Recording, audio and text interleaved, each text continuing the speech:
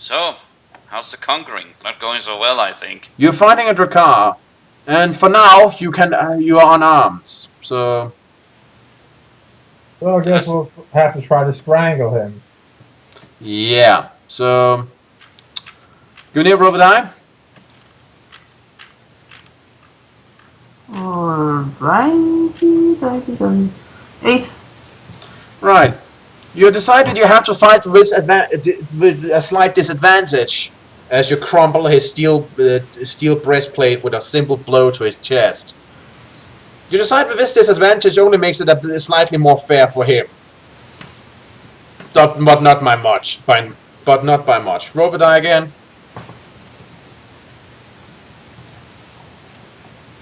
7. Right.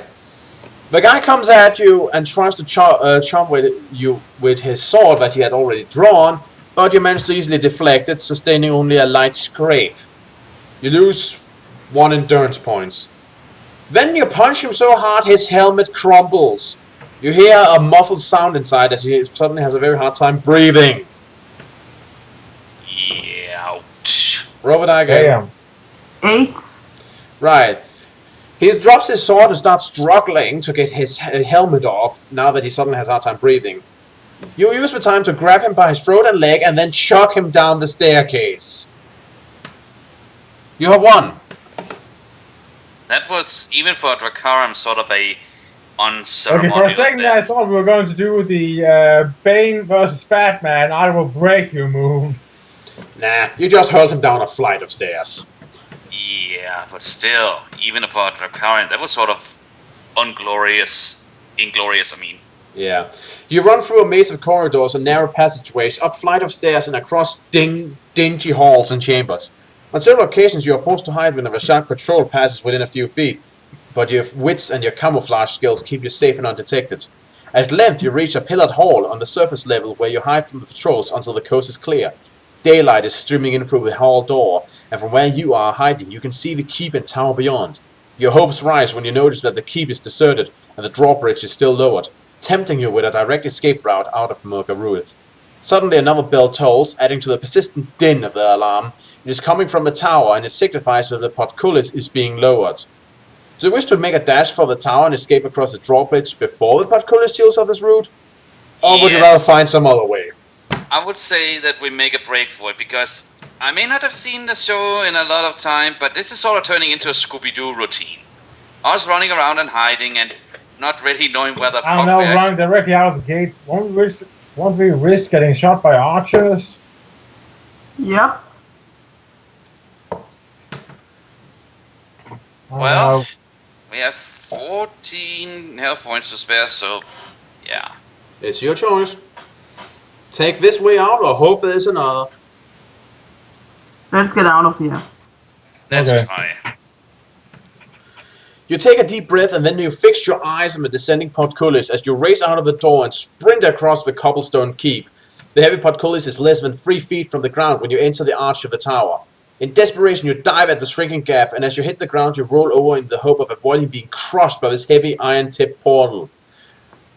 What's your endurance score, by the way? 14. Okay. You give me a roll die and add 2 for Grand Hunt Mastery. 12. You clear the gap with inches to spare, but not entirely without cost. The portcullis snares your backpack, and as you roll away, it is torn from your shoulder and crushed when the heavy portal slams to the ground. You lost all backpack items. God damn it! Okay, what was, well, we lost the ropes and the urns and the, Cross out all backpack items, dude. Alright, let me have a look. I need to get this erased, so yeah. I'm doing that later, but yeah. It sucks to be us. But at least we got out alive. You spring to your feet instantly and run along across the drawbridge towards the far side. Arrows rain down on you from the battlement, but your speed and agility keeps you from being hit. Then, within seconds of reaching firm ground, you are confronted by a group of 3 Vashak returning from battle. 2 are armed with spears and they face you on foot, but the third sits astride a captured Slovian steed. It is wielding a cavalry lance, You can tell by the way the Ratman bells in it that it is skilled with its use. The two spear wielders squeal their battle cry and attack you simultaneously.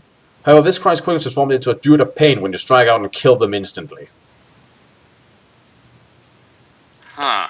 They drop to the ground and almost immediately the rider is upon you, jabbing at your chest with the tip of its lance. You duck at first thrust and steady yourself to meet the second as the Vashak Lancer turns and bears down on you once more. You're now fighting a Vashak Lancer. Gunir, roll a die. 3. Right. The guy charges at you, and you dodge to the sides, catching the tip of the lance in your shoulder. You lose 2 endurance points. Then you lash out with your sword and catches the guy, grievously wounding him. You're pretty sure you took out his liver with that slash. Still, he comes at you again, desperate to take you down with him. Roll a die. Okay. 10. This does not happen, however, as you jump in the air and swing your sword around, chopping him in 2. Well, The Vashak... What? at least you got a good death. As opposed to, writhing in pain. The Vashak Lancer tumbles lifelessly to the ground, startling its horse, which turns and bolts towards the forest. Instantly, you act to prevent its escape by using your Magnikai ability of animal control. Your powers soothe the creature and coax it to return. Quickly, you mount the steed and head off along the trail which leads to the River Storn. You are less than 5 miles from the bridge when you hopes to finally make good your escape to the freeland of Slovia. By keeping to the forest edge, you avoid the traffic of Vashak troops, moving back and forth along the trail, and by the time you reach the banks of the mighty Storn, your spirits are high. Unfortunately, when you do catch your first sight of the bridge, your hopes of making a crossing here are soon dashed. A fierce and bloody battle is raging upon the Gardas, the formidable stone bridge that joins together the lands of Rule and Slovia across the River Storn. Its central span is wreathed with smokes and flames, and the approaches are heaped with the dead of both armies. And there's a picture. So I thought yeah, he just lit a bonfire on the bridge. yeah.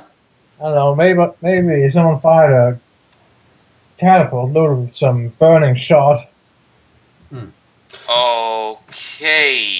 Yeah. Weak fire. Could be. Yeah. On the far side of the river, over 300 yards away, you can see the scarlet battle banners of Slovia fluttering in the soot-laden air. Regiments of foot soldiers are positioned on the bank, waiting nervously for the orders to assault the bridge. You stare at the fast-flowing waters of the Storn and, after careful thought, you decide to brave the currents and attempt to swim across. You send your horse away into the forest and then wade into the icy waters. You only waist deep in the Storn when the currents catch you and swiftly bear you away downstream towards the bridge and the battle. You are passing beneath the central span when suddenly a section of the parapet collapses, showering you with rocks and flame. Roll the die. Okay. 10. Drawing upon your very last reserve of strength, you fight against the powerful current and succeed in avoiding being hit by the deluge of rocks and flames. As your strength subsides, you are swept under the bridge, and minutes later you find yourself washed up on the west bank of the Storn. A company of Slovene archers drag you from the icy water, and, fearing you to be a Syrianese spy, they take you to the captain. Fortunately, he recognizes your Kai cloak and tunic, and at once you are afforded the treatment and respect which befits one who holds the title of Kai Grand Master. The captain sends words of your survival to the Palmyrians at Holona, where, the following day, you are reunited with Captain Sermain and Guildmaster Baindon. Later the same day, the president of Palmyrian, Elector Manatine, arrives with his entourage, and upon learning of the success of your daring mission, he orders that an official celebration take place throughout the Republic. You receive the thanks of a grateful nation, and, in recognition of your bravery, the Elector presents you with the Golden Star of Palmyrian, the highest award the country can bestow upon a warrior. Congratulations, Lone Wolf. You have won a major victory over the Cinerese and removed a threat which could have devastated all of Magnemund. Yet the struggle against evil goes on. Within a few months of your triumphant return to Summerlord, a grave situation develops, a situation which threatens the life of your closest friend, Guildmaster Baindon. The nature of this threat and your quest to overcome it awaits you. So, that was the Plague Laws of Rule. What did you all think? Well, Jesus Christ. yeah, the whole... Far. You, Warlord. I said that. Jesus Christ, that was hard. Yeah. But we ran into a minotaur and that was awesome. Yep. Yeah. For my opinion, good thing about the Minotaur, because, yeah, as Givinia pointed out, it was an awesome creature, and the whole idea of someone trying to poison our homeland and all that, it is a good concept, and the whole thing about conquering it. But I have to be honest, the last part just felt drawn out, as in running around like a frigging mouse in a maze and never knowing where the fuck to go. But it might just be me. But we also finally got a villain who isn't described as flat out ugly. Yeah. That's nice. Yeah, I gotta agree. It feels like the book extended a lot after the climax. True. But I guess it's just to explain how you got back. Rather than just saying, oh, and then you went back with no problems. And I then guess. And then leaving some people wondering, okay, what the fuck went on? And then the book decided to, well, here's a sheet of details what happened. Yeah, so... And then... The shame about our backpack, though, and yes, I have noted down what we lost, and I think that leaves us 3 items of use in our backpack, which leaves us 7 empty spaces. Wait, you were supposed to delete all backpack items. Yeah, I did. Then how are the 3 left? Let me see. Oh, okay, I forgot about one that I also need to add, but yeah, there we go. Okay. That doesn't mean you have 7 spaces left. That means you have 10 spaces left because everything's gone. Yeah, sorry, I forgot to take the meals and that fucking silver box again. I forgot to take those things into account. I forgot where I stored it in the... Yeah. Anyways. Yeah. Well, that happened. Does any of you have anything else to add? No. Yeah. It was fun though. And Yeah. the villains were cool. The 2 main villains things. Yeah. But I just want to add to the whole thing about me not really feeling like we could escape. I think I let the feeling of helplessness and just insurmountable odds just get the better of me, and I ended up thinking, hey, well, there is no way we can escape. We're being teased with a promise of escape, but we can't escape. And then Warlord actually brought some more sense into it, so thank you for that again. Well, I just know that according to the pathways, some you could have easily escaped, and well, I don't know if it's easily. Let me just see.